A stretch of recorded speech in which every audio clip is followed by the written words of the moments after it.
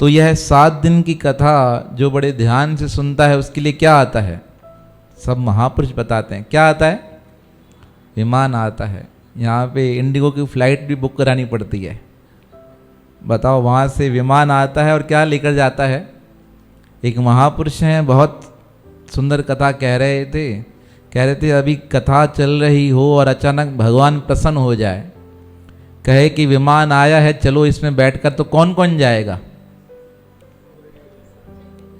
कोई नहीं जाएगा, कोई भी नहीं जाएगा, क्योंकि अभी सबको कहाँ जाना है? हर कोई कहेगा मुझे घर जाना है, घर पहुँचूँ। अरे कहेंगे भगवान के पास चलना है, कहा भगवान के पास जब टाइम आएगा तब अपने आप पहुँच जाएंगे। तो भगवान के प्रति प्रेम होना बहुत कठिन है, कठिन नहीं अति कठिन है। तो अब सबका कल्याण हुआ तो नारद जी ने कहा महाराज जी ये तो बहुत सुंदर प्रसंग है। अब उधर शौनक आदि ऋषियों ने सुना, कहा महाराज जी एक बात बताइए, भक्ति ऐसे निर्बल कैसे हो गई, कमजोर कैसे हो गई? तो सूत जी ने कहा भगवान परम धाम को चले गए, अब पीछे जब भगवान चले गए तो कलयुग का राज आने लगा। अब कलयुग का राज आया तो क्या हुआ? कलयुग के आते ही जो धर्म थे बैल स्वरूप, उनके तीनों पैर कट गए, एक पैर बचा। और धरती माता के स्वरूप में कौन था? सिर्फ गौ माता उसके समीप खड़ी थी, दुखी थी, बहुत दुखी, परेशान हो रही थी। कहा अब ऐसी अवस्था में परीक्षित महाराज जी पूछने लगे क्या हुआ? तब उन्होंने सारा विवरण बताया, सारी बात बताई, किस प्रकार यह घटित हुआ, किस प्रकार यह घटना घटित हुई, कैसे धर्म के 3 पैर कट गए। और सारी कथा करते करते बताने लगे शौनक आदि। और उधर नारद जी जब कथा सुन रहे थे तो जो भक्ति के जो पुत्र थे, 2 ज्ञान और वैराग्य, जब उन्होंने महात्म्य के बाद भागवत कथा का श्रवण किया तो जो वृद्धावस्था को प्राप्त हो गए थे वो कैसे हो गए? पुनः नौजवान हो गए। अब भक्ति, ज्ञान, वैराग्य सब तीनों मिलकर क्या करने लगे? हरि संकीर्तन में नाचने लगे, बड़े उत्साह के साथ, प्रेम के साथ। और चारों सनत कुमार, नारद जी वीणा लगाकर, प्रहलाद जी तालियां बजाकर, जिस महापुरुष को जो साधन था उसी के साथ हरि नाम संकीर्तन करने लगे। श्रीमन नारायण नारायण नारायण श्रीमन नारायण। बहुत भाव से नारायण नारायण नारायण नारायण कहते हैं। पूज्य स्वामी राजेंद्र दास जी महाराज कहा जब प्रातःकाल स्नान करो ना 11 बार सब इतना कहो नारायण नारायण नारायण नारायण नारायण नारायण नारायण नारायण नारायण नारायण नारायण का। ऐसा कहने से समस्त तीर्थों में स्नान करने का फल क्या होता है? प्राप्त हो जाता है। और हम सब तो बहुत भाग्यशाली हैं कि हमें पूज्य सद्गुरु स्वामी टेऊराम जैसे महापुरुष आचार्य स्वरूप मिले, जिनकी पावन परंपरा में हम पल रहे हैं। और हमारे इष्ट कौन हैं? भगवान श्री लक्ष्मी नारायण। और कैसे हैं? बहुत सरल, बहुत सुंदर। अभी तो पूरा वर्णन ही भगवान विष्णु के, भगवान नारायण, भगवान कृष्ण, भगवान राम के चरित्र का ही है। तो बहुत बड़ी इसमें तो महिमा है भागवत में। तो अब जब शौनक आदि ऋषियों ने पूछा महाराज जी क्या हुआ, प्रसंग छूट गए, आधे में भक्ति में लग गए। अब यहाँ से प्रथम स्कंध प्रारंभ हुआ श्री व्यास जी महाराज जी द्वारा। कहते हैं एक बार व्यास महाराज जी बड़े दुखित थे और बहुत परेशान थे। नारद जी आए उनसे मिलने। नारद जी ने पूछा व्यास जी महाराज क्यों परेशान हो? कहा मैंने वेदों को विभक्त कर दिया 4 भागों में, 17 पुराण लिख दिए, उपनिषदों की रचना कर दी, इतना सब होने के बाद भी मन में क्या है? आनंद और शांति नहीं है। तो नारद जी कहने लगे सब तो कर दिया, एक काम नहीं किया। का कौन सा काम नहीं किया? का भगवान के गुणों का वर्णन नहीं किया। कहा जो 17 पुराण है उसमें वर्णन तो है भगवान के गुणों का। कहा गुणों का वर्णन तो है, पर ऐसा वर्णन करो कि भक्ति में इंसान डूब जाए। कहा वो क्या है? कहा भागवत महापुराण। कहा उसका वर्णन किस प्रकार किया जाए, कैसे होगा? तब नारद जी ने श्री व्यास जी को चतुर्श्लोकी भागवत की कथा सुनाई। उसे ही महाराज व्यास जी ने भागवत महापुराण का स्वरूप दे दिया, जो कितने हजार श्लोकों में है? 18,000 श्लोकों में। और जब यह बनकर तैयार हो गया तो श्री व्यास जी के मन में हुआ कि अब बन तो गया है, अब सुनाया किसे जाए? और ऐसे व्यक्ति को सुनाया जाए जो योग्य हो। अब बहुत विचार करने के बाद पता लगा कि योग्य तो मेरा पुत्र है, पर मेरा पुत्र क्या है? संसार से विरक्त है। जन्म लेते ही सुखदेव महाराज जी घर से त्यागी हो गए। कहते हैं 12 वर्ष तक माता के गर्भ में रहे। तब जब व्यास जी ने कहा बेटा बाहर आ जाओ, तो कहने लगे भगवान की माया बड़ी प्रबल है, मैं बाहर आऊँगा तो भगवान की माया क्या करेगी? मुझे घेर लेगी। कहते हैं उस समय भगवान वहाँ प्रकट हुए और भगवान ने अपनी माया समेट ली। उस समय सुखदेव महाराज जी का जन्म हुआ और जैसे ही जन्म लिया दिगंबर वेश में चलने लगे। पीछे पीछे व्यास जी जाने लगे, अरे रुको सुखदेव, पर सुने ही नहीं, चलते गए, घर आए नहीं।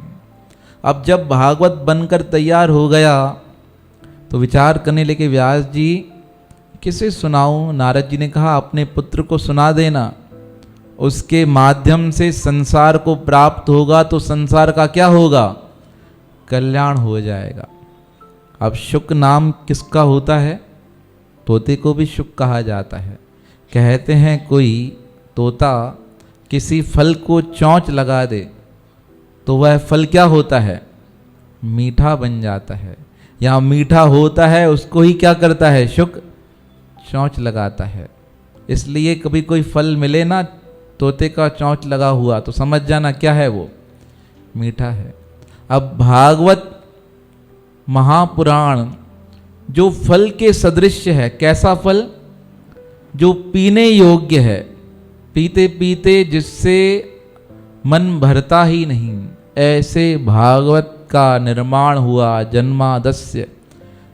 कहा वह परमात्मा कैसा है? समस्त जगत का कारण है, जिससे समस्त सृष्टि उत्पन्न हुई है, जो समस्त जगत को संभालने वाला है, समस्त जगत को चला रहा है, जिसके द्वारा ही प्रलय होती है, जिसमें ही समस्त जगत लीन और पुनः प्रकट हो जाता है। अब ऐसे परमात्मा का हम वंदन करते हैं। अब जब इस प्रकार भागवत की रचना हो गई, व्यास जी महाराज सोचने लगे किस प्रकार शुकदेव तक यह ग्रंथ पहुंचाया जाए, क्योंकि वो घर आने वाला नहीं। तब अपने कुछ शिष्यों को तैयार किया और वह शिष्य घूमने लगे कहाँ पर? जहाँ शुकदेव जी महाराज रहते थे, उनके उस क्षेत्र में गए और जाकर वर्णन करने लगे। किसका? भगवान के उस स्वरूप का। कैसा वर्णन किया? कहा महाराज भगवान श्याम सुंदर शाम के समय अपने सखाओं के साथ लौट रहे हैं। उनका स्वरूप इतना सुंदर है, बंसी बजाते हैं तो लोग नृत्य करने लगते हैं। बहुत सुंदर श्लोक कहा। अब श्लोक सुनकर सुखदेव जी ने विचार किया कि यह कौन हो सकता है जो इतना सुंदर है, जिसके बंसी बजाने पर लोग क्या कर रहे हैं? नृत्य कर रहे हैं। ध्यान गया, पुनः ध्यान हटा दिया। कहा मेरा क्या मतलब, मैं क्या हूँ? ब्रह्म में स्थित हूँ, अपने ज्ञान में स्थित हूँ। अब दूसरा श्लोक याद करके सुनाया। कहा ये तो स्वरूप वर्णन था। अब किसी के स्वरूप को देखकर आप मोहित हो सकते हो, पर स्वरूप के साथ क्या होना चाहिए? कुछ गुण तो होना चाहिए ना। भाई कोई लोग कहे यह व्यक्ति दिखने में बड़ा सुंदर है, पर इसके काम क्या हैं? खराब हैं, तो आपको पसंद आएगा? आप कहोगे दूर से ही प्रणाम है बाबा, काम जिसके खराब, शरीर कितना भी सुंदर हो दूर रहोगे। और कोई कहे शरीर भी सुंदर है, रूप भी सुंदर है, और बड़ा ही सौभाग्यशाली है, और बड़ा ही समझदार है, और बड़ा ही सत्कर्मी है, उस व्यक्ति के साथ क्या हो जाता है? आपका लगाव हो जाता है। आप कहोगे रूप में भी सुंदर है और गुणों में भी क्या है? सुंदर है। अब व्यास जी के शिष्यों ने भगवान के पहले रूप का वर्णन किया, अब भगवान की दिव्यता का वर्णन किया। क्या कहा? कहा वो श्याम सुंदर कैसे हैं? कहा जिन्होंने क्या किया, जो उन्हें पूतना मारने आई, उस मारने वाली पूतना को भी क्या कर दी? उत्तम गति प्रदान कर दी।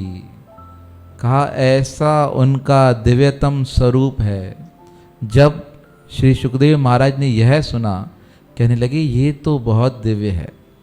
ऐसा व्यक्ति संसार में मिलना कठिन है, जिसका रूप भी सुंदर है, जिसके कर्म भी सुंदर हैं। अब उन शिष्यों से कहा यह श्लोक कहाँ से लेकर आए हो और किसकी महिमा है? वह कहने लगे हम तो व्यास जी के शिष्य हैं, उन्होंने हमें पढ़ाए थे। कहा और बताओ उस व्यक्ति के बारे में। कहा हमें ज़्यादा नहीं पता, क्योंकि व्यास जी ने उन्हें ज़्यादा कुछ बताया ही नहीं था। कहा ज़्यादा बता देंगे तो मेरा बेटा मेरे पास वापस आएगा ही नहीं। तो अब सुखदेव जी लौट कर आए अपने पिताजी के पास। कहा पिताजी मुझे सुनाइए वो भागवत। कहा कौन सी भागवत? कहा जिसके श्लोक आपके शिष्य शहरों में बताते घूमते फिरते हैं। तो व्यास जी ने विचार किया, तीर सही जगह लग गया है। योग्य पुस्तक, योग्य लिखने वाला, और अब योग्य उसका कौन मिल गया? अधिकारी मिल गया है। अब सुखदेव जी को भागवत सुनाई गई। वह भागवत कैसी, कहाँ से प्रकट हुई? भगवान नारायण द्वारा सुनाई गई। किन्हें? ब्रह्मा जी को। ब्रह्मा जी द्वारा सुनाई गई सनत कुमार जी को। सनत कुमार द्वारा सुनाई गई किसे? नारद जी को। नारद जी द्वारा सुनाई गई किसे? व्यास जी को। आज व्यास जी द्वारा सुनाई गई किसे? सुखदेव जी को। वही भागवत सुखदेव महाराज जी द्वारा परीक्षित जी को सुनाई जा रही है।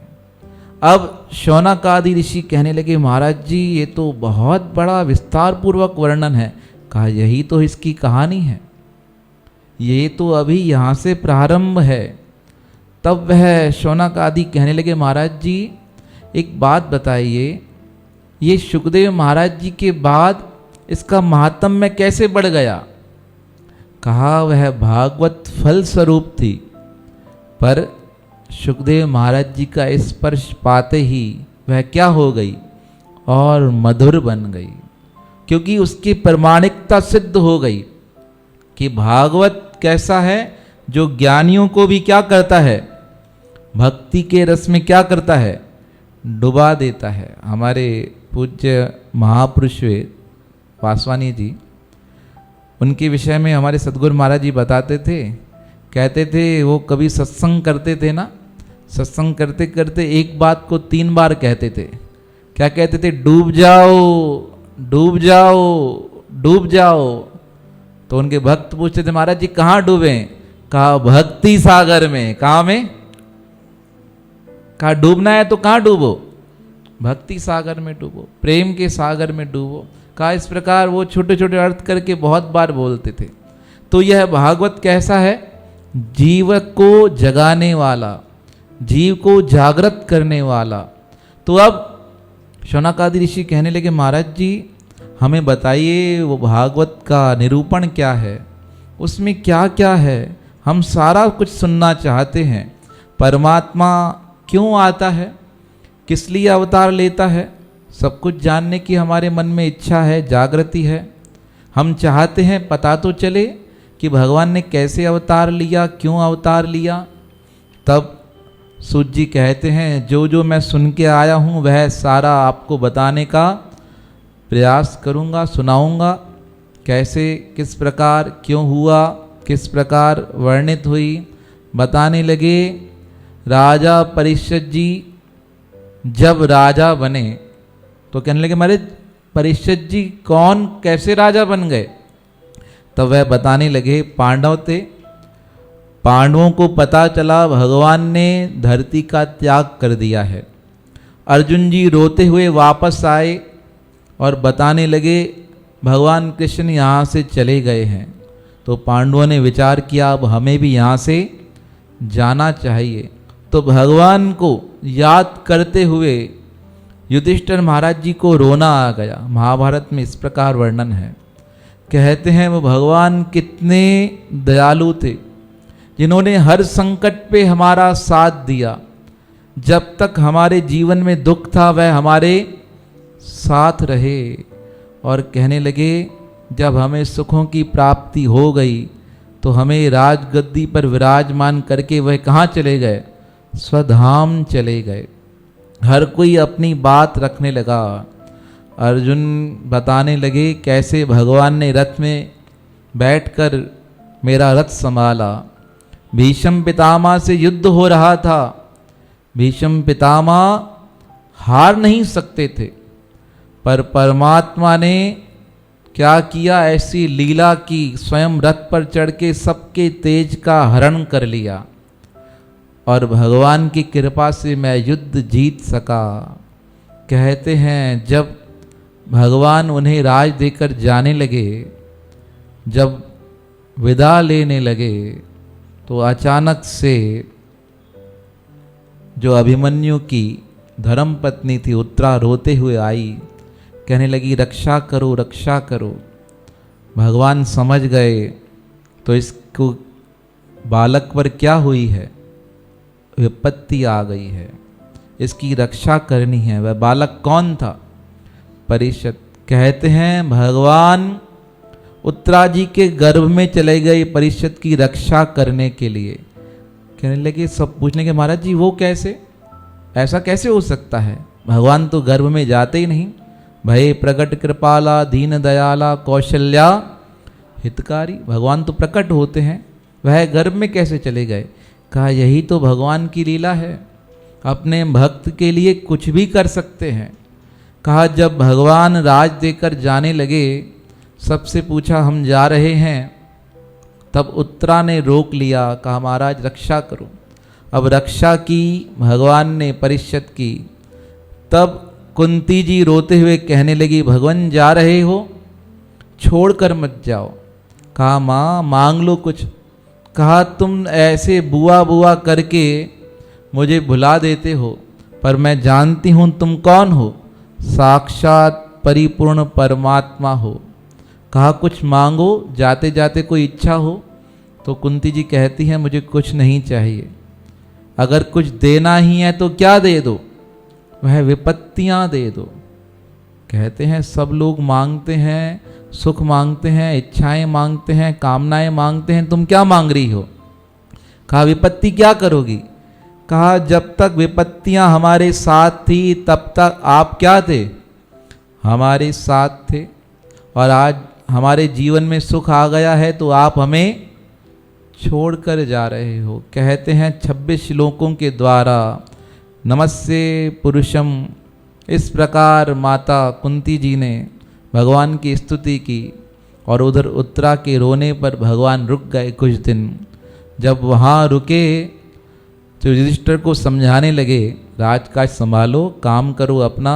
युधिष्ठिर मानने को तैयार ही नहीं, क्योंकि युधिष्ठिर जी क्या समझते थे भगवान को, अपना छोटा भाई।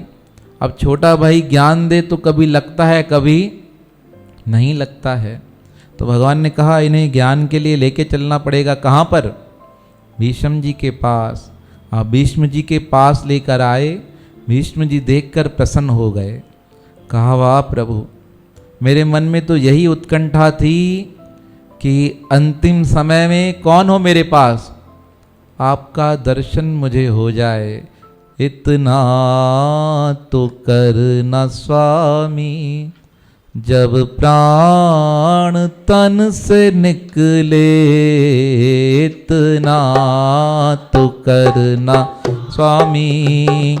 जब प्राण तन से निकले, गोविंद नाम लेकर, गोविंद नाम लेकर, मेरे प्राण तन से निकले, गोविंद नाम लेकर, मेरे प्राण तन से निकले, इतना तो करना स्वामी, इतना तो करना स्वामी।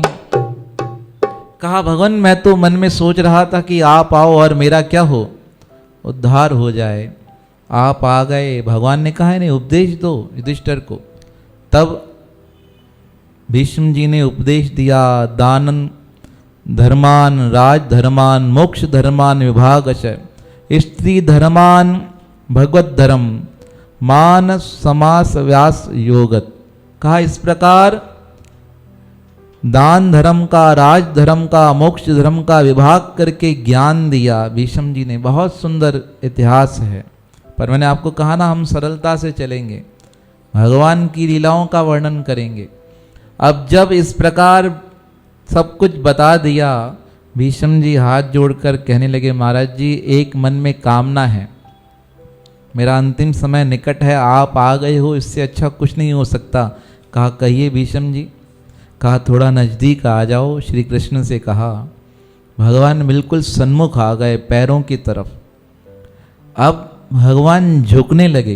तो भीष्म जी ने कहा ये क्या कर रहे हो।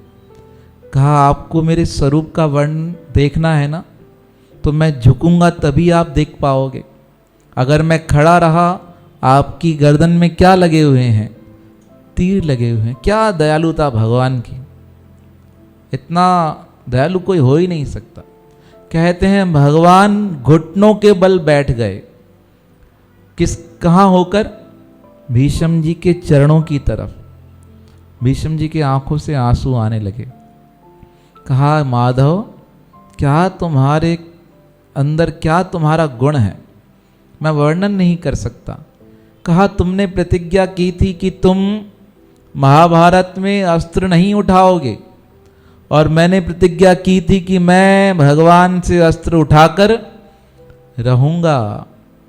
कहा तुमने मेरी प्रतिज्ञा पूर्ण करने के लिए अपनी प्रतिज्ञा भी क्या कर दी, भंग कर दी। कहा तुम जब मेरे पास आने लगे मैंने दोनों हाथ जोड़ लिए। कहा उस समय तुम्हारा पीतांबर नीचे गिर गया, धरती कांपने लगी। धरती को क्या डर लगा कि भगवान ने प्रतिज्ञा की थी कि मैं अस्त्र नहीं उठाऊंगा, इन्होंने तो अपनी प्रतिज्ञा झूठी कर दी। अब यह छोटी सी प्रतिज्ञा झूठी कर दी, और मेरे को तो क्या कहा था, मैं सारी पृथ्वी का भार अधर्म का हटा दूंगा।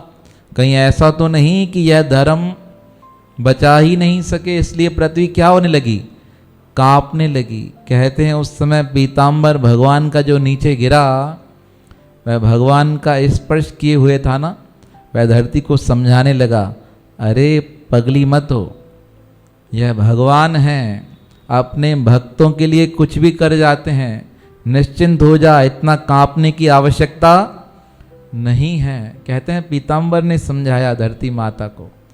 तो अब वह भीष्म जी कहने लगे, उस समय जो आपका स्वरूप था, उस स्वरूप को देखकर मैं बारंबार हर्षित होता हूँ, प्रसन्न होता हूँ कि किस प्रकार आपने वह पहिया उठा लिया, मेरी ओर आने लगे, और जब गुस्से में थे तो गुस्सा कर रहे थे, और जब मैंने हाथ जोड़े तो आप क्या हो गए, मुस्कुरा दिए। उस समय भगवान को मुस्कुराहट आ गई।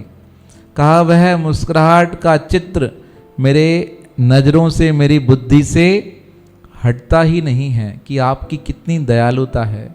भगवान ने कहा अरे बाबा हाथ से भगवान ने भीष्म जी के चरण पकड़ लिए। परम भागवतों में भीष्म जी का नाम आता है और कहने लगे, अरे बाबा क्या कहते हो ये आप? कहा नहीं माधव तुम बहुत दयालु हो। कहा मेरे मन की इच्छा है। कहा क्या इच्छा है? कहा एक बेटी है मेरी, मैं उसका विवाह तुम्हारे साथ कराना चाहता हूँ। पांडव सोचने लगे, यह तो ब्रह्मचारी थे, कभी जीवन में शादी की नहीं तो बेटी कैसे हो गई? कहीं अन्य कोई समझ नहीं सका इस बात को। भगवान ने कहा हम तैयार हैं।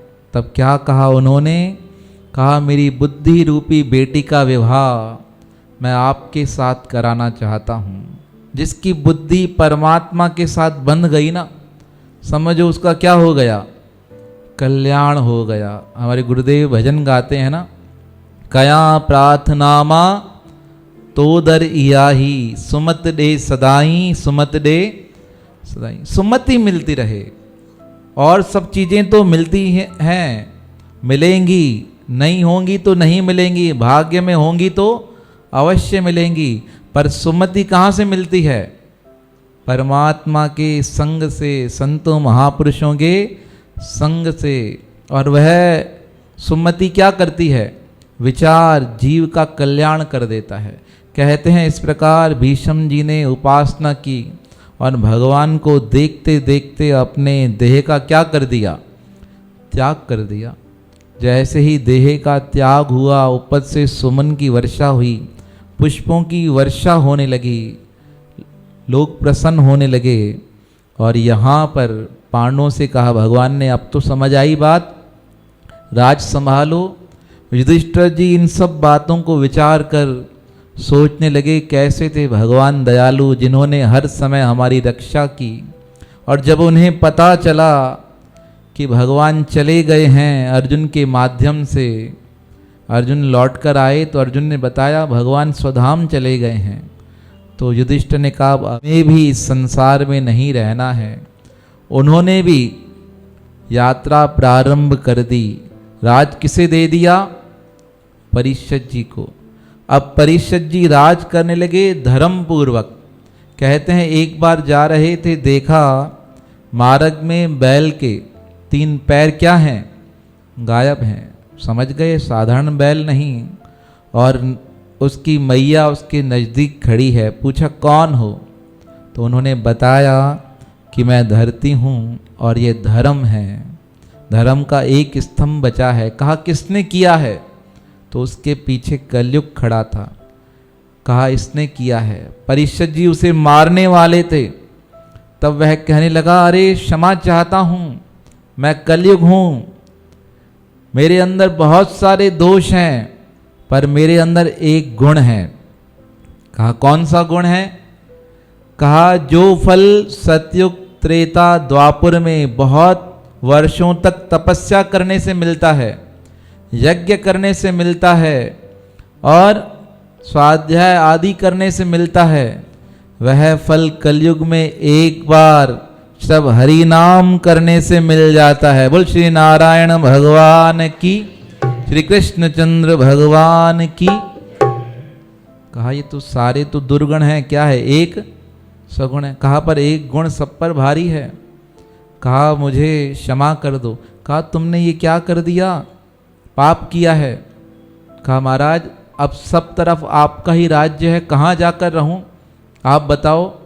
तो उन्होंने 4 स्थान दिए। कौन से दिए?